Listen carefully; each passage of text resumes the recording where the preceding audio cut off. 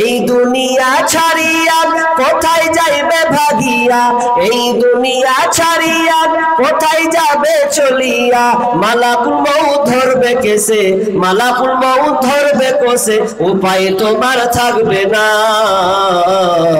চিন্তা করে দেখো না কবরে কি যাইবা না, চিন্তা করে দেখো না কবরে কি যাইবা না।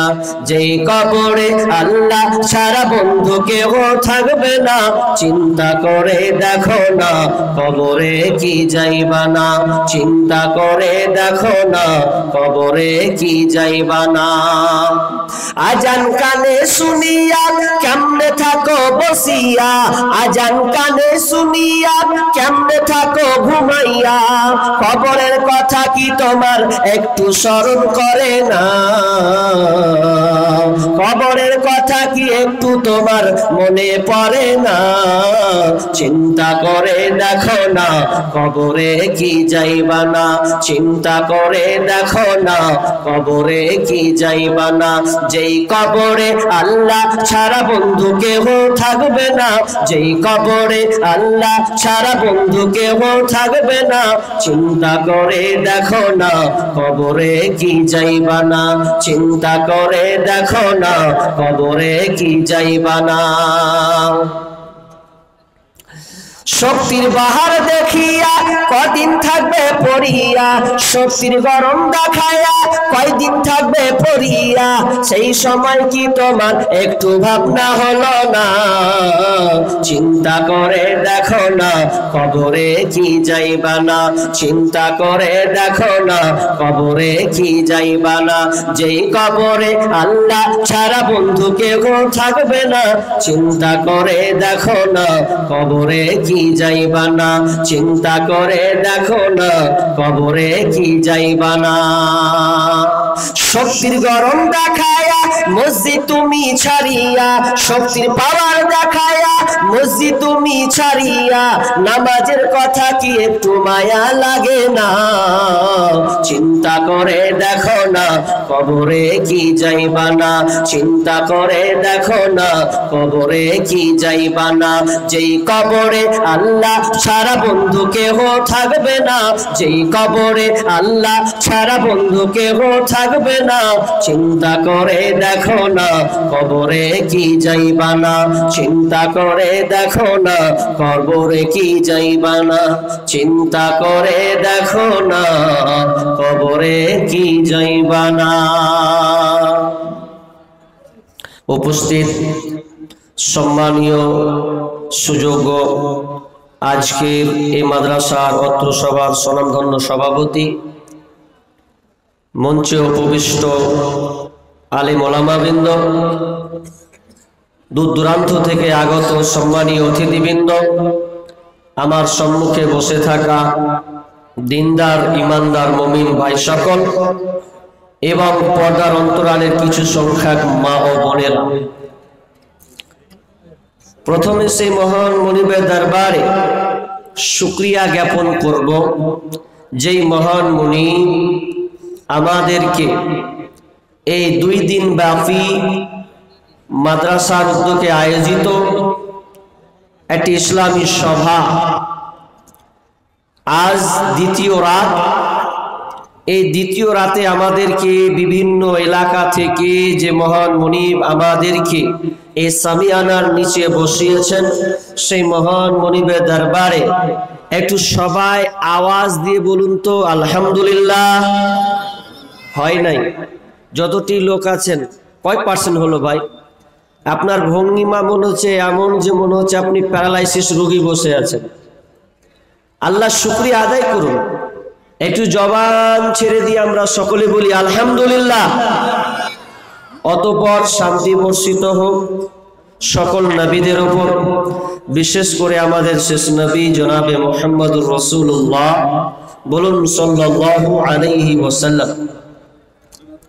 সম্মানিত দিনী ভাই, আমি আপনাদের সম্মুখে মহাগ্রন্থ আল কোরআন থেকে 2টি সূরা থেকে 2টি আয়াত পড়েছি, একখানা হাদিসে নববী পাঠ করেছি। তবে বিষয় হচ্ছে যে আমার ঘড়িতে ধরতে গেলে আমি মিনিমাম 1 ঘন্টা আলোচনা করতে পাবো, বাকি যেহেতু মাদ্রাসার জলসা সেদিকে আমাকে ইঙ্গিত করতে বলা হয়েছে বা আমাকে দেখতে হবে বলে বলা হয়েছে, তার মানে আমি 1 ঘন্টা তার বিষয়টাকে আমি কমপ্লিটলি করতে পারবো না, মাপ চাই। তবে যতটুকু পারবো ইনশাআল্লাহ আমি আপনাদেরকে বলার চেষ্টা করব, যদি মাবুদ আমাকে বলা তৌফিক দান দেন তো। ওমা তৌফিক ইল্লা বিল্লাহি তাওয়াক্কালতু ওয়া ইলাইহি উনীব। তবে বক্তব্য দিব, কিন্তু বক্তব্য দেওয়ার সময় বেশি নড়াচড়া আর উঠা বসা কিন্তু করবেন না, যে কটা আছেন মাশাআল্লাহ। তবে যদি মনে করেন যে আমি 30% কিছু লোক আছি তো পিছনে বসে যাবেন। যদি মনে করেন যে একটু শুনে পালিয়ে যাব, তাহলে ওর জন্য আগে আমি বলে রাখছি পেছনে বসবেন, কারণ 30% যারা ছাত্র তারা পেছনেই থাকে। একটা শিক্ষক ছাত্রদেরকে পড়াচ্ছে, 82-83টা ছাত্র আছে। তো একটা ছাত্র শিক্ষককে বলছে যে স্যার ছুটি দেন না হলে পালাবো। আর কথা দেখেন, ও বলছে ছুটি দেন না হলে পালাবো।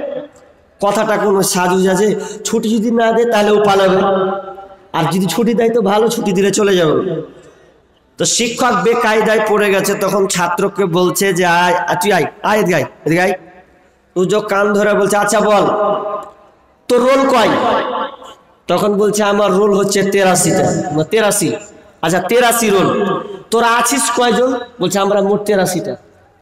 তো তুই 83, তুই পালাবি না তো আর কে পালাবে? যা তুই এখনই পিছন দিকে থাক। তো ওই রকম যদি হয়, থার্ড মার্কা 82-83 নম্বর মার্কা যদি দর্শক থাকেন, তাহলে পেছনে থাকেন, আপনি বসবেন, কুদবেন, লাফাবেন, চলে যাবেন, বিরক্তবোধ মনে করবেন না। তবে আগা দিকে নয়, লাস্টে বসার চেষ্টা করবেন। আর যদি মনে করেন ধৈর্য সহিত শুনবো, দূর থেকে এসেছে তিনার আলোচনা শুনবো, তাহলে মনোযোগী হয়ে অ্যাট্রাকশন হয়ে বসবেন। আচ্ছা, আমার বক্তব্য চলাকালীন কারা কারা থাকবেন হাত তোলেন তো দেখি। কই কতজন? মাশাআল্লাহ, পেছনের লোক বলেছে থাক, থার্ড মার্কায় আছে মনে হয়, ওই জন্য বলেছে অসুবিধা নাই হাত তোলার। যেটি আগার দিকে বলেছেন মাশাআল্লাহ, শুকরিয়া। আজকে আমার আলোচ্য বিষয় পরিবর্তন, চেঞ্জ। পরিবর্তন কত গুরুত্বপূর্ণ একটা বিষয় আপনি লক্ষ্য করুন। জানি না আপনাকে আমি কতটুকু বুঝাতে পারবো, আমার শারীরিক অসুস্থতা। এখন যারা 3 দিন বা 2 দিন আগে প্রোগ্রাম নিয়েছিল উত্তর দিনাজপুরে, তারা হয়তো আজকের বক্তব্য শুনে মনে মনে আমাকে গালি দিচ্ছে, অথচ তাদের হাত ধর পা ধর করে বলেছি ভাই আমি খুব অসুস্থ আছি, আমি খুব অসুস্থ, যেতে পারবো না। পরিবর্তন আমি একটা বক্তা সিলেক্ট করে দিচ্ছি, আমি করেও দিয়েছি। এরপরও সাইড থেকে খবর পেয়েছি যে তারা সন্তুষ্ট হয়নি, রাগ করে আছে। মানুষের এই যে শরীর কখন সুস্থ অসুস্থ তো এটা তো বলা যায় না। ডেট নিয়েছি বলে যে আসতেই হবে, সুস্থ হলে তো আসবো, আর আসার জন্য তো ডেটটা নেওয়া। তবে এটা নিয়ে কিছু মনে করবেন না, একটু দোয়া রাখবেন যাতে ইনশাআল্লাহ আবার সামনে বছর যদি কোনোদিন বেঁচে থাকি তো ইনশাআল্লাহ ডেট দিব, দোয়া দিবেন, এটাই কামনা করি। আজকের আলোচ্য বিষয় পরিবর্তন। পরিবর্তন আপনি বাহ্যিক দৃষ্টিতে দেখেন, পরিবর্তনকে 2 ভাগে ভাগ করুন। এক, দুনিয়াবি ক্ষেত্রে পরিবর্তন, একটা আখেরি ক্ষেত্রে পরিবর্তন। আর কথা নয়, কত সুবিধা। আপনার বাড়ির পাশে আপনি চাপবেন, টোটো অটো পেয়ে যাবেন, ছুট করে আপনি চলে যাবেন। মোবাইলে ফোন করবেন, 4000 কিলোমিটার দূর থেকে আপনি কথা বলবেন, হ্যালো, ও বলবে কি হলো বল, কি করছিস বে, বলছে খেতে বসেছি। তার মানে আপনি ওর খাওয়াটা পর্যন্ত সবকিছু আপনি দেখতে পাচ্ছেন। কত সুবিধা, কত পরিবর্তন চেঞ্জ হয়েছে। কিন্তু এক জায়গায় দুর্বল থেকে গেছে, সেটা হচ্ছে দুনিয়াবি ক্ষেত্রে যানবাহন যান্ত্রিক আবিষ্কারক ক্ষেত্রে আপনার পরিবর্তন হয়েছে, ঠিক আছে, কিন্তু আপনার নিজের নফস, আপনার শরীর দিনের মধ্যে পরিবর্তন আসেনি। কথাটা বুঝাতে পারলাম? এতটুকুই একটু বুঝেন। দুনিয়ায় সব করছি, যত উন্নয়ন, যত ব্যবস্থাপনা থেকে শুরু করে আপনি অনেক প্রচেষ্টা চালিয়েছেন, কিন্তু আমাদের মধ্যে পরিবর্তন কোথায়? অথচ কোরআন আছে, হাদিস আছে, আলেম ওলামা আছে, এরপরে আমাদের পরিবর্তন নাই। আর যখন পরিবর্তন নাই তখন আল্লাহ কি করবেন দেখেন। 12টা বাজে সূরা পড়েছি, রাত 11 নম্বর আয়াত, ওটা দিয়ে শুরু করি যেহেতু সময় কম, শেষ থেকে নিয়ে আসবো। বিসমিল্লাহির রহমানির রহিম। ইন্নাল্লাহা লা ইউগাইয়িরু মা বিকওমিন হাত্তা ইউগাইয়িরু মা বিআনফুসিহিম। আল্লাহ সুবহানাহু ওয়া তাআলা মেসেজ দিয়েছেন, বার্তা দিয়েছেন পৃথিবীর মানুষ, শোনো শোনো, ইন্নাল্লাহা লা ইউগাইয়িরু মা বিকওমিন হাত্তা, আল্লাহ বলছেন আমি অতক্ষণ পর্যন্ত ওই কওমের অবস্থা, ওই দলের অবস্থা পরিবর্তন করি না, হাত্তা, যতক্ষণ তারা নিজের অবস্থানকে পরিবর্তন করে, যতক্ষণ পর্যন্ত তারা নিজের অবস্থান পরিবর্তন না করবে ততক্ষণ পর্যন্ত আল্লাহ তাদের অবস্থান পরিবর্তন করবে না। কথাটা একটুকু এখানে পেন্ডিং এ রাখেন, আমি একটা ধারাবাহিকের সঙ্গে যাচ্ছি। আপনি আল্লাহকে যেমন দেবেন আল্লাহ আপনাকে তেমন দিবেন। আল্লাহকে যেমন মাল দেবেন আল্লাহ আপনাকে ওরকম মাল ঢেলে দেবেন। কিন্তু আল্লাহকে যদি না দেন, আপনি যেমন বা খারাপ ব্যবহার করবেন আল্লাহ আপনার সঙ্গে খারাপ আচরণ করবেন। কিন্তু আচরণটা প্রথমে আল্লাহ বলছেন মহাব্বতের খাতিরে করে দেব, যাতে তুই বান্দা ফিরে আসিস। ওই আয়াতটা মিডিলে গিয়ে বলবো। তাহলে আল্লাহকে আপনি যেমন দেবেন তেমন আল্লাহ দেবে। হ্যাঁ গো, পৃথিবীতে, সারা পৃথিবীতে মুসলমান বাস করছে, সব দেশে মুসলিম বাস করছে, শুধু ভারতবর্ষ বলে নয়, প্রত্যেক জায়গাতে মুসলমান মার খাচ্ছে না? মার খাচ্ছে তো, প্রত্যেকটা দেশে মুসলিম। অথচ 200 কোটি মুসলমান, বেসরকারি অনুযায়ী 350 কোটি আছে মুসলমান। তো এতগুলো মুসলমান থাকার পরেও মুসলমান লাত খায়, মার খায়, পদতলিত, লাঞ্ছিত। কেন? কেন? এখন বর্তমান প্রেক্ষাপটে দল, রাজনীতি যতগুলো হচ্ছে আপনি দেখেন, Congress, CPM, Trinamool, RSP, RSS, SDPI বলেন, এমআইএম, যতই বলেন, যতগুলো সংগঠন আছে, এই সংগঠন এমন ভাগ হয়েছে, মুসলমানদের যত 54% হোক আর ওরা 60% হোক, ওরা আবার বিভিন্ন দলে ভাগ হয়ে গেছে। আর এইদিকে বেদুইনরা সুযোগ নিচ্ছে, আর আমরা দিন থেকে বঞ্চিত হয়েছি। আল্লাহ বলছেন লাত তোরাই খাবি, তোদেরকে মারবে, কাটবে, কচুকাচা করবে, এটা আমার দেখা নাই। কেন?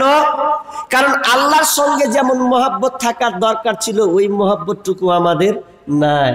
কেমন নাই? আল্লাহর সঙ্গে মহব্বত হওয়ার দরকার ছিল। একজন লোক বলছে, আহারে পৃথিবীতে মুসলমানদেরকে এত মারা মারছে, আল্লাহ কি করছে? আল্লাহ কি একটু মায়া লাগে না? আল্লাহর কি একটু দয়া হয় না? মুসলমানদেরকে শেষ করে দিছে। না বন্ধু, না না, এতে আল্লাহ দায়ী নয়, বরং আমরা মুসলমানরা দায়ী। আর মুসলমানদের কারণে মুসলমান তুমি নিজে বিপদ ডেকে নিয়ে এসেছ।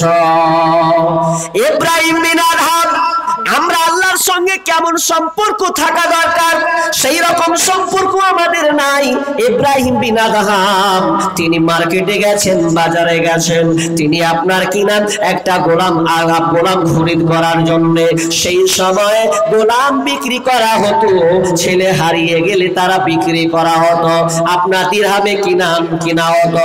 যখন বর্তমানে যেমন আজকে গরু, ছাগল, আপনার হাঁস, মুরগি বিক্রি হয়, বিক্রি হয়, হাটও হয়। যখন আপনাদের বিকর হাটে আপনাদের দেখতে পাই, মাশাআল্লাহ বড় একটা হাট, সেই রকমই হাট।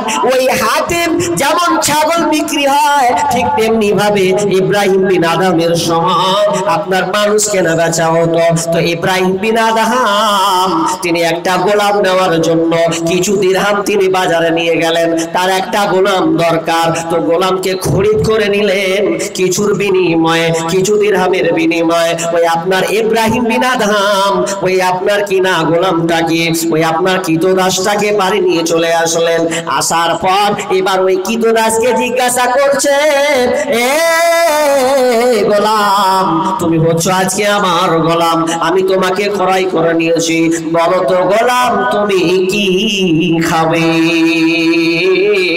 গোলাম তখন বলছেন, জাহাপনা মালিক, আমি যা কি খাবো, আপনি আমাকে যা খাওয়াবেন ওটাই আমি খাবো।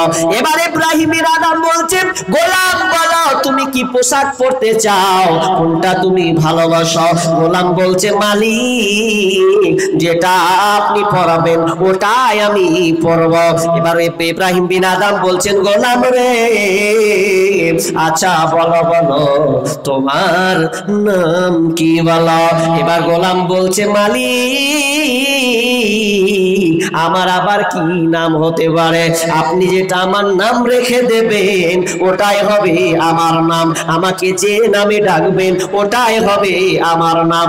এবার বললেন ইব্রাহিম বিন আদম বলছে, গোলাম ঠিক আছে মানলাম, এবার বলো তোমার কি আবদার আছে, তুমি কি কোনো দরখাস্ত দেবে বলো? আমার বাড়ির গার্জেন সবাই দরখাস্ত দিয়েছে, এটা লাগবে ওটা আনবে, আচ্ছা তুমি বলো তোমার কি কোনো ওয়াজিব অভিযোগ আছে, তোমার কি কোনো চাওয়া আছে? তখন ওই গোলাম বলছে, মালিক আমি আপনার গোলাম, আমি আপনার কৃতদাস, এই গোলামের আবার কি চাহাত কি দরখাস্ত থাকতে পারে? আমার কোনো দরখাস্ত নাই, আপনি আমাকে যেমন করে চালাবে আমার কোনো দরখাস্ত নাই, আপনি যেটাই করবেন ওটাই আমার পথে ওইভাবে চলতে হবে। ইব্রাহিম বিন আদম যখনই চারটা পয়েন্ট ওই গোলামের কাছ থেকে শুনলেন, শোনার পর নিজে তার গলা খানকে জামাটাকে ধরে বলছে, ওরে নাদান রে, ওরে বেঈমান, দেখ দেখ দেখ দেখ গোলাম কিভাবে আমার সঙ্গে ব্যবহার করছে, যে ব্যবহারটা রবের সঙ্গে করার দরকার ছিল, রবের সঙ্গে করার দরকার ছিল, সেই গোলাম আমার সঙ্গে ওই রকম ব্যবহার করছি। বান্দা আল্লাহর সঙ্গে সম্পর্ক যেমন থাকার দরকার ছিল ওইভাবে আমাদের সম্পর্ক নাই। যদি থাকতো তাহলে আমাদেরকে এই ভারতবর্ষ বলেন আর যেখানে বলেন কোনো বেদুইন কোনো বেঈমান মুসলমানদের গায়ে টাচ লাগাতে পারতো না।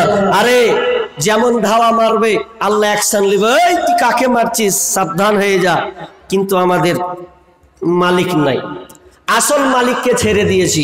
আমার আল্লাহ বলছেন, ইন্নাল্লাহা লা ইউগাইরু মা বিকওমিন হাত্তা ইউগাইরু মা বিআনফুসিহিম। আমার আল্লাহ বলছে, আমি ও কওমের অবস্থা পরিবর্তন করব না, করি না যতক্ষণ না তারা নিজের অবস্থানকে পরিবর্তন করে। আদম আলাইহিস সালামকে আল্লাহ যখন নিজের হাতে বানালেন, আদমকে বানানোর পর আদমকে বললেন, আদম লা তাকরাবা হাদিহিস শাজারা ফাতাকুনা মিনাল যালিমিন। আদম রে আর মা হাওয়া তোমরা দুজনেই জান্নাতে থাকো, বসবাস করো, আনন্দ ফুর্তি করো, কিন্তু খবরদার লা তাকরাবা, না না লা না লা তাকরাবা হাদিহিস শাজারা, এই গাছটার নিকটবর্তী হবে না, ফাতাকুনা মিনাল যালিমিন, যদি যাও তাহলে জালিমদের অন্তর্ভুক্ত হবে। শয়তান ছাড়বে? ই তো সুযোগ নিয়ে আছে, আরে তোর জন্য জান্নাত থেকে বহিষ্কার হয়েছি, আর তোকে ছাড়বো মানে ছাড়বো না, তোকে তো ছাড়বো না, তোর যত বংশ করা যত আওলাদ যত সন্তান আসবে একটা বছর টার্গেট করে নিয়েছে, খাওয়াবই ওই কন্দম ফল খাওয়াবই। তোমরা রেখো গো শরণ, একদিন হবে যে মরণ, তোমরা রেখো গো শরণ, একদিন হবে যে মরণ। শয়তান তোমার শত্রু বাটে বলে আল কোরআন, তোমরা রেখো গো শরণ একদিন হবে যে মরণ প্রথম নবী জান্নাতে ছিলেন সঙ্গিনী হাওয়াকে পেলেন প্রথম নবী জান্নাতে ছিলেন সঙ্গিনী হাওয়াকে পেলেন চক্রান্ত করিয়া শয়তান খাওয়াইলো কান্দা তোমরা রেখো গো শরণ একদিন হবে যে মরণ তোমরা রেখো গো শরণ একদিন হবে যে মরণ শয়তান ছাড়লো না আদম হাওয়া মা হাওয়াকে দুজনকে ফল খাওয়ালো আর যেমনই ফল খাওয়া তাদের শরীর থেকে জান্নাতি পোশাক খসে গেল আর আল্লাহ তেমন করলো এর আমি তোদেরকে বলেছিলাম নিষেধ তোরা পরিবর্তন করলি আবার নিষেধকে আদেশে রূপান্তরিত করলি তো আমি আল্লাহ অ্যাকশন আপ নিলাম আমিও পরিবর্তন করে দিলাম আমিও আমার মানসিকতা চেঞ্জ করে দিলাম তোরা যেমন ভুল কাজ করেছিস যেমন তোরা পরিবর্তন করলি আমি আল্লাহ তোদেরকে জান্নাতে পাঠিয়ে দিলাম জান্নাত থেকে বহিষ্কার করলাম যা তোরা দুনিয়াতে গিয়ে থাক আদম হাওয়া যেমন পরিবর্তন করলো আল্লাহ পরিবর্তন করে দিল তাহলে আর তোদের জান্নাতে থাকার কোনো অপশনই নাই এখন যা দুনিয়াতে পরে তখন দেখা যাবে দুনিয়াতে একদম নেকি উপার্জন করে আবার আসতে হবে তাহলে আল্লাহ অ্যাকশন নেন না যতক্ষণ পর্যন্ত আপনি স্বাভাবিক ভালো অবস্থায় থাকবেন আল্লাহ আপনার উপরে সহানুভূতি থাকবেন যেমন আপনি পাল্টে দিবেন আল্লাহ বলবে আমার কিছু করার নেই কিভাবে সূরা কালাম 17 নম্বর আয়াতটা খুলে দেখেন একটা ঘটনা আছে তাফসীরটা খুলে নেন ইন্না বালাউনাহুম কামা বালাউনা আসহাবাল জান্নাহ ইয আকসামু লা ইয়াসরিমুনহা মুসবিহিন ওয়া লা ইস্তাসনুন ফাতাফা আলাইহা তাইফুম মির রাব্বিকা ওয়া হুম নাঈমুন কি আছে ওখানে একটা ঘটনা আছে ঘটনাটা কি একটু খুলে বলি তারপরে তরজমাটা করি কি ঘটনা আছে গো এই বানি ইসরাইলদেরই ঘটনা ওটা কি আছে চার ভাই বাপের কর্ম কেমন কত ভালো ছিল দেখেন বাগানের মালিক ফল ফ্রুট হতো আম হতো জাম হতো আপনার কলা হতো পেয়ারা হতো ওগুলোকে ভাগ করতো সকালে পারতো গরিবদেরকে দুটো একটা করে করে করে করে দিয়ে দিত বাকি যা থাকতো এটা বাপের কত বৈশিষ্ট্য ভালো ছিল গুণ কিন্তু ছেলেরা মেনে নিতে পারেনি বাপ এটা কাজ করছে সবই যদি মিসকিনকে দিয়ে দিবে তা আমরা কি পাবো তখন টার্গেট করলে যে কি করা যায় বাপের সামনে তো বলা যাবে না বাপ যখন দুনিয়া ছেড়ে চলে গেল এবার চার ভাই মজবুত একদম শুরু হয়ে গেল যা বাপ চলে গেছে এবার আমরা ফল ফ্রুট যা পারবো সব চার ভাই ভাগ হবে গরিবদের দেওয়া যাবে না ছোট ভাই বলছে খুব বাড়াবাড়ি করিস না আল্লাহর অ্যাকশন নেবে ছোট আছি ছোট থাক দিয়ে দিছি বেশিরভাগ চলে যাচ্ছে যত মাল আছে আমরাই তো পাবো রে খাপা চারজন মিলে আমরা ভাগ করে নেব কি গরিবকে দিতে যাব আব্বা যেটা করেছে একেবারে ভুল করেছে এটা কত চলছে আর কি বলছে এক কাজ কর মিসকিনরা আসছে সকালে তো তার আগে সকালের আগে সব ফল ফ্রুট করে নেব রে বাড়ি নিয়ে চলে আসবো ঝামেলা শেষ আল্লাহ সুবহানাহু ওয়া তাআলা আসমান থেকে দেখছেন তুই যেমন তোর বাপের নিয়মটা পরিবর্তন করবি আমি আল্লাহ দেখ কি করছি তোদের অবস্থা আমি পরিবর্তন করব আমার আল্লাহ বলছেন ফাতাফা আলাইহা তাইফুম মির রাব্বিকা ওয়া হুম নাঈমুন রবের পক্ষ থেকে রবের আদেশ থেকে একটা অগ্নিশিখা আগুন এসে লাগলো প্রদক্ষিণে একটি আগুন হাওয়া বয়ে এসে ওই বাগানটাকে আপনার পুড়ে ছারখার করে দেওয়া হলো ওয়া হুম নাঈমুন ওই সময় তারা ছিলেন ঘুমন্ত অবস্থায় তারা কেউ জেগে ছিল না আর তার আগে আল্লাহ যেমন ওরা সিদ্ধান্ত নিয়েছে বাপের সিদ্ধান্ত পরিবর্তন করতে চলেছে তো আমার আল্লাহ ওটা পরিবর্তন করে দিলেন না না না তোদের আর সুযোগ দেওয়া হবে না আল্লাহ সেটাকে পুড়িয়ে ছারখার করে দিলেন ফাসবাহাত কাসরিম সেটা পুরো কালো বর্ণের নাই হয়ে গেছে পুরো ছারখার হয়ে গেছে এবার ওরা যখন সকালের আগে উঠতে যাবে একজনকে বলা বলি করছে চ ভাই ভাইরা, এখন সব সকাল হয়ে যাবে রে, তার আগে আমরা ফল ফ্রুটকে পেরে নিয়ে চলে আসবো।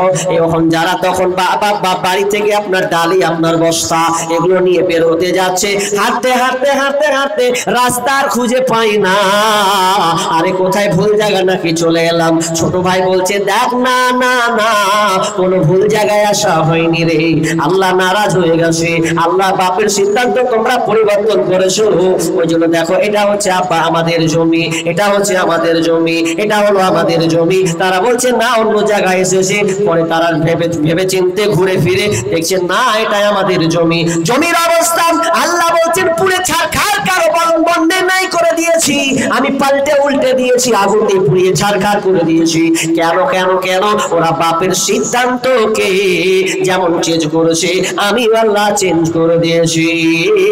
আমার আল্লাহ ওটাই বলছেন ইন্নাল্লাহ লা ইউগাইয়িরু মা বিকওমিন হাত্তা ইউগাইয়িরু মা বিআনফুসিহিম। আমার আল্লাহ বলছেন আমি অতক্ষণ পর্যন্ত জাতির অবস্থা পরিবর্তন করি না যতক্ষণ না তারা নিজের অবস্থানকে পরিবর্তন করে। একটা বললাম হাদিস পেছনে লম্বা পড়ে আছে, দুইটা হাদিস বড় বড় হাদিস আছে, এটা ঘন্টা ঘন্টা সময় লাগবে। এবার কথা হলো যে আমাদের উপরে এত আযাব বিপর্যয়, এত হানাহানি, রোগ বালা মুসিবত এগুলো আসার কারণ হচ্ছে আমাদের কারণে। এটা কিভাবে একটু বুঝাবো, তাহলে আপনারা বুঝতে পারবেন যে কেন আল্লাহ এই আযাবগুলো দিচ্ছেন। কাউকে দোষী করিয়েন না বাপজি, তৃণমূলকে টার্গেট করিয়েন না, তৃণমূল সারা এসে আমরাকে এরকম করছে রে, তৃণমূল নয়, এটা করছে কে? এটা বিজেপিরা, যারা এরা চক্রান্ত করছে, চক্রান্ত এরা করছে, চক্রান্ত করে না। কি চক্রান্ত? আল্লাহ বলছেন তোরাই লাত খাবি, তোরাই, তোদের কারণে। আজকে আদিনা মসজিদ গেল, বাবরি মসজিদ হাওয়া, যদিও বাবরি মসজিদ গবেষণা করেছেন, আনজাতে কথা বলবেন না, বাবরি মসজিদ কিন্তু ভাঙা হয়নি, সাইডে কিন্তু মন্দির তৈরি হয়েছে, বাবরি মসজিদ বাবরি জায়গাতে আছে। তাহলে এত লাফালাফি মারামারি কুদাকুদি হলো কেন? এটা ইস্যু, রাজনৈতিক ইস্যু। এতে মুসলিমদেরকে কচু কাটা করার জন্য তারা একটা প্ল্যান করেছে। যেমন আপনার পাশে মালদার আদিনা মসজিদকে নিয়ে একটা পাইতারা শুরু করেছিল, কিন্তু ঠান্ডা হয়ে গেছে, কিন্তু হবে। এগুলো আমাদের কারণে, এগুলো কারো দোষ আপনি দিয়েন না। উত্তরপ্রদেশ থেকে এসে এখানে মন্ত্র মারা শুরু করলো, পূজা করা শুরু করলো, কেন কেন? বেশি রাজনৈতিক দলকে দোষ দিন না। আপনারা বলেন তো, আপনারা এখানে যতটি মুসলিম আছেন আপনারা বলেন কে সিপিএম আর কংগ্রেস আর তৃণমূলে আছেন, দেখেন ভাগ হয়ে যাবে। এমনও আছে দু ভাই, একটা তৃণমূল একটা কংগ্রেস করছে। আমি দল করতে নিষেধ করবো না, ওই ফতোয়া আমি দিতে যাব না। তবে আমি যেটা বুঝতে চাচ্ছি, আপনি বাড়ির পরিবার দু ভাই, একজন সিপিএম চলে গেল, একজন কংগ্রেস চলে গেল, মাথা ফাটাফাটি হলো কেন? বিপদটা কে ডেকে নিয়ে আসছে? ওই জন্য আমার আল্লাহ বলছেন জাহারাল ফাসাদু ফিল বাররি ওয়াল বাহরি বিমা কাসাবাত আইদিন নাস লিয়ুযীকাহুম বা'দাল্লাযী আমিলু লাআল্লাহুম ইয়ারজিউন। আল্লাহ বলছেন জলে স্থলে যত তোমরা বিপর্যয়, যত তোমরা হানাহানি মারামারি কাটাকাটি দাঙ্গা ফাসাদ যতগুলো তুমি দেখতে পাচ্ছ, এগুলো তোমাদের হাতের কামাই, তোমাদের কারণে এই বিপর্যয়গুলো নেমে এসেছে। জাহারাল ফাসাদু ফিল বাররি ওয়াল বাহরি বিমা কাসাবাত আইদিন নাস লিয়ুযীকাহুম বা'দাল্লাযী আমিলু লাআল্লাহুম ইয়ারজিউন। তোমাদের অনেক পাপের কারণে আল্লাহ তোমাদের এই আস্বাদন করা হয়, তোমাদের উপরে পাপ আযাবগুলো চাপিয়ে দেওয়া হয়, এগুলো তোমাদের অনেক পাপের কারণে। কেন কেন? তো লাআল্লাহুম ইয়ারজিউন, বান্দারে যাতে তুই দিনের মধ্যে ফিরে আসতে পারিস। এই আয়াতটা বুঝতে পারেননি, একটু ভেঙে উদাহরণ দিব তো বুঝে নেবেন, চট করে তাড়াতাড়ি বুঝেলেন, সময় কম বলে দিই। আচ্ছা, রাজমিস্ত্রি যারা, তারা বাড়ি মিস্ত্রি, যারা রাজমিস্ত্রি তারা বাড়ি তৈরি করে, তো করে, বাড়ি তৈরি করে। আর ইঞ্জিনিয়ারের কাজ কি বলেন তো? ইঞ্জিনিয়াররা প্ল্যান করে দেয়, আপনার 1 কাঠা 1.5 কাঠা জায়গা আছে, ওই জায়গাটাকে সুন্দর করে, আরে ভাই এই কাঠাতে এরকম বাড়ি হবে, এরকম করলে খুব সুন্দর হবে। ইঞ্জিনিয়ার আপনাকে রুল দেখাবে যেভাবে বাড়ি করলে ভালো। তো একদিন 4 তলা বিল্ডিং তৈরি হচ্ছে, তো আপনার ওখানে ইঞ্জিনিয়ার ও 4 তলার উপরে আছে, আর যে মিস্ত্রি ও নিচে আছে। এই যখন নিচে আছে, উপর 4 তলা থেকে ইঞ্জিনিয়ার হাঁক মারছে, এ ভাই, হাঁক মারছে তো শুনতে পাই না, নিচে মেশিন ঘুরছে ভাঁ ভাঁ করে, কি শুনতে পাবে? শুনতে পাই না। ওপর থেকে হাঁক মারছে, মিস্ত্রির মন খারাপ, ইঞ্জিনিয়ারের মন খারাপ, এত করে ডাকছে শালা কথাই শুনে না রে। তখন ওই মিস্ত্রি কি করলে, ওই আপনার কি ইঞ্জিনিয়ার নিজের পকেট থেকে 500 টাকা নোট বের করে মানে ওর মাথার সামনে রিং করে ফেলছে। ফেলার পর টাকাটা নিচে পড়ছে, 4 তলা থেকে নিচে পড়ছে। তখন এই আপনার ইঞ্জিনিয়ার, এই আপনার কি বলে রাজমিস্ত্রি, তখন কি করছে, টাকা যখন দেখেছে, রে বাপরে 500 টাকা লুটবে, দিনে 500 টাকা করছে, আর 500 টাকা আগে দিয়ে পড়েছে। তো মানুষ যখন টাকা কুড়ায়, কেমন করে কুড়ায় যে ভাই, আপনারা কেউ টাকা কুড়িয়েছেন কোনোদিন লক্ষ্য করে? কেমন করে কুড়ায়? এই যখন টাকা কুড়ায় তখন পাখানটাকে আস্তে আস্তে ফিস ফিস ফিস বিলাইয়ের মতন করে আস্তে আস্তে আস্তে আস্তে যায়। এই যে 500 টাকা লোক পাকাম করে 5 চাপা দিয়ে দেয়, তাই না? দিয়ে আবার দেখেলেই ডান দিকে বাম দিকে শালা কেউ দেখছে নাকি, তখন পকেটে ভরে নিলে, যেটা দেখতে না পাই 500 টাকা, তো ওরকমই পকেটে ভরে নিলে। ইঞ্জিনিয়ার কিন্তু ওপর থেকে সব দেখতে পাচ্ছি, শালা কেমন করে তুলছি তোটাও দেখতে পাচ্ছি। তখন কি করছে, তাও যে ওপর দিকে তাকালে না, 500 টাকা পেলে, তাও আবার একটা 500 টাকা লোট ফেলছে। আবার যখন 500 টাকা লোট ফেলছে, তো এর পরে ও কি করছে, 500 টাকা লোট ফেলছে, তো এও তাকায় না, যেমন করে তুলেছিল ওরকম করে তুলছে। মন খারাপ, হাত মারছি তাও শুনি না, টাকা ফেলছি তাও তুই শুনিস না রে। তখন এই বুদ্ধি গুলো, তাকাবি না, তুই তাকাবি না, তুই তাকাবি, তোর বাপ 14 গোষ্ঠী তাকাবি। কিভাবে তাকাবে? তখন ওই ইঞ্জিনিয়ার সামনাসামনি হয়েছে, নিচে আছে ও, সামনাসামনি হয়েছে, তা বড় একটা পাথর নিয়েছে, এত বড় একটা পাথর নিয়েছে, আর পাথর নিয়ে আবার সামনাসামনি মাথায় রিং করছে। তাকাবি না, দেখ কেমন করে তাকাবি। এই পাথর নিয়ে তখন একবারে পাটাম করে নিয়ে মাথায় রিং করে যেমন ফেলেছে, যেমনই ফেলার মাথায় লাগলে কি সুবহানাল্লাহ কবে, যেমন লেগেছে তুমি তখন ইঞ্জিনিয়ার করছে, শালা তো তাকালি কেনা, এখন তো হাত মেরে মরে গেল রে, টাকা লুকালি পকেটে ভরলি কিন্তু তাকালি না। আর যখন মাথায় একবার ভাটাম করে একটা পড়েছে, বিষের ব্যথা উঠেছে, তখন ওপর দিকে তাকালি, কিসের দিকে তাকালি? হাসলেন। কিন্তু না, আমার আল্লাহ বলছেন আমি আযাবগুলো ছোট ছোট ছোট ছোট আযাব তোমাদের কারণে আমি আযাবগুলো দিয়ে থাকি, এবং লাআল্লাহুম ইয়ারজিউন, কেন কেন, তো বান্দা তুমি যাতে দিনের মধ্যে ফিরে আসো রে। আল্লাহ মুয়াজ্জিনের মাধ্যমে ডাকেন, হাইয়া আলাস সালাহ, হাইয়া আলাল ফালাহ। মুয়াজ্জিন আযান দেয়, নামাজে আয় আয় আয়। আল্লাহ মুয়াজ্জিনের মাধ্যমে 5 বার ডেকেছি। আমি কতবার আপনাকে দিনের কথা বলছি। আমার আগের বক্তা আব্দুল্লাহ আপনাকে দিনের কথা বলেছি, তার আগের বক্তা আকরাম, উনিও আপনাকে, ওয়াসিম আকরাম, ও আপনাকে কোরআন হাদিসের আলোচনা শুনিয়েছি।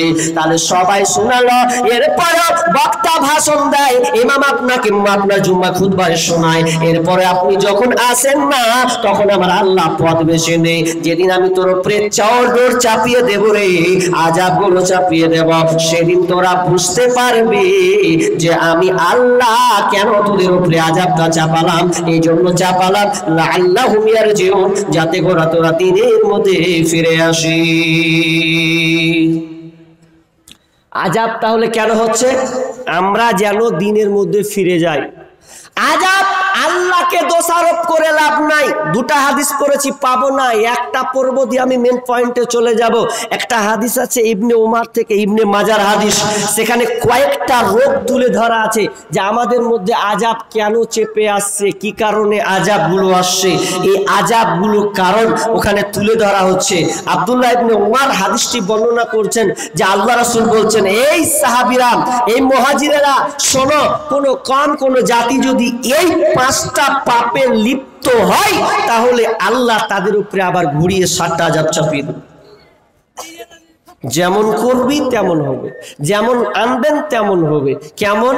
যেমন বিশ্বনবী বলছেন, 1 নাম্বার তুলে ধরলেন, যখন কোন জাতি, কোন কম, যখন তারা সমাজে অশ্লীলতা বাড়িয়ে দেবে রে, অশ্লীলতা যখন প্রকাশ পাবে, তখন আল্লাহ সুবহানাহু ওয়া তাআলা তাদের উপরে মহামারী দিবেন, এমন রোগ আবিষ্কার করবেন যেই রোগ পূর্বে ছিল না, ডাক্তারের ব্যাপারে কোনো ধ্যান ধারণা নাই, ডাক্তার পর্যন্ত বলতে পারবে না, এমন রোগ দিয়ে দেবো যেদিন অশ্লীলতা বুঝতে পারেননি, অশ্লীলতা বুঝতে পারেননি বলবো, রাগ করবেন না তো?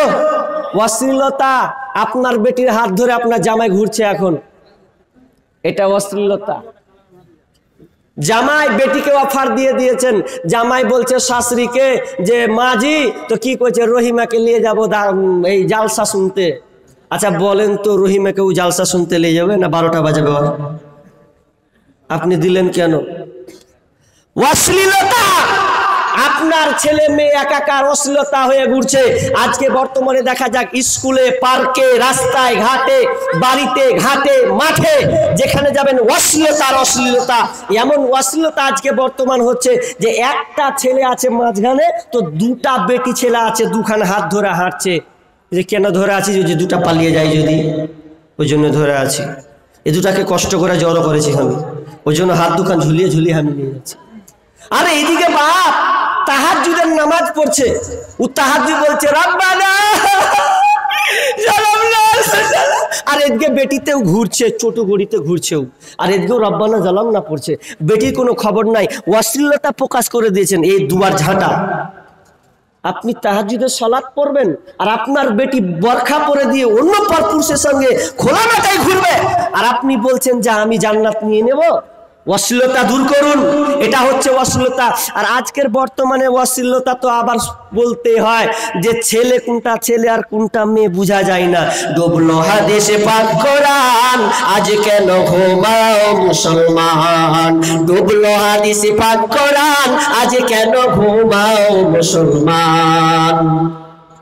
পুরুষ হয়ে চাই নারী জাতি, নারী চাই আবার পুরুষ জাতি। পুরুষ হতে চাই নারী জাতি, নারী হতে চাই পুরুষ জাতি। কে বা পুরুষ কে বা নারী, না করা যায় অনুমান। আজ কেন ঘুমাও মুসলমান? আজ কেন ঘুমাও মুসলমান? ডুবলো হাদিসে পাক কোরআন, আজ কেন ঘুমাও মুসলমান? আজকে মুসলমান ঘুমন্ত হয়ে গেছে। অশ্লীলতা যেমনই বাড়বে আল্লাহ তাআলা আসমান থেকে আযাব পাঠাবে রে। এই আযাবটা কারণ নয়, তুমি দুনিয়াতে বলছো যে আমি দুনিয়ার মালিক, প্রধানমন্ত্রী, রাষ্ট্রপতি, আমি গ্রামের মেম্বার, দেখে নেব গ্রামকে কিভাবে চালাতে হয়। আল্লাহ বলছেন চালা চালা, উপর থেকে চালিয়ে দেব রে। সেদিন তুই বুঝতে পারবি তোর ভঙ্গমদামিটা, তোর আপনার বাহাদুরিটা ছুটিয়ে দেব। যেমন একটা চিল, একটা ছোট্ট একটা গল্প পড়েছিলাম, বানর আপনার বাঘকে বলছে হে বাঘ তুই তো জঙ্গলের রাজা, তো আমার একটা কাজ করে দে। কি কাজ? আমার এই বাচ্চাগুলো আছে রাজা, আমি তোমাকে দিলাম, আমি একটু কাজে গেলাম, আমি আসবো, আমার এই বানর বাচ্চাগুলোকে নিয়ে নেব। এবার আসার পর বলছে রাজা মশাই আমার বাচ্চাকে ফিরিয়ে দেন। তো এবার যখন বলছে রাজা কোন বলছে আর উপায় নাই, তোমার বাচ্চাকে চিলে নিয়ে চলে গেছে। কারণ একটা চিলের ওজন হচ্ছে 30 থেকে 35 কিলো, আর এ বাঁচে কতদিন? তো এর আয়ু হচ্ছে 15 বছর, 20 বছর, 30 বছর পর্যন্ত একটা চিল বাঁচে। আর কাক বাঁচে তো আপনার কিনা 1 থেকে 1.5 বছর, আর ওর ওজন হচ্ছে 1 থেকে 1.5 কিলো, এর বেশি নয়। তো একটা চিল কত শক্তিশালী, দুনিয়া থেকে নিয়ে চলে গেছে। বানর বলছেন আপনি বনের রাজা, কেন চিল নিয়ে যাবে বলো?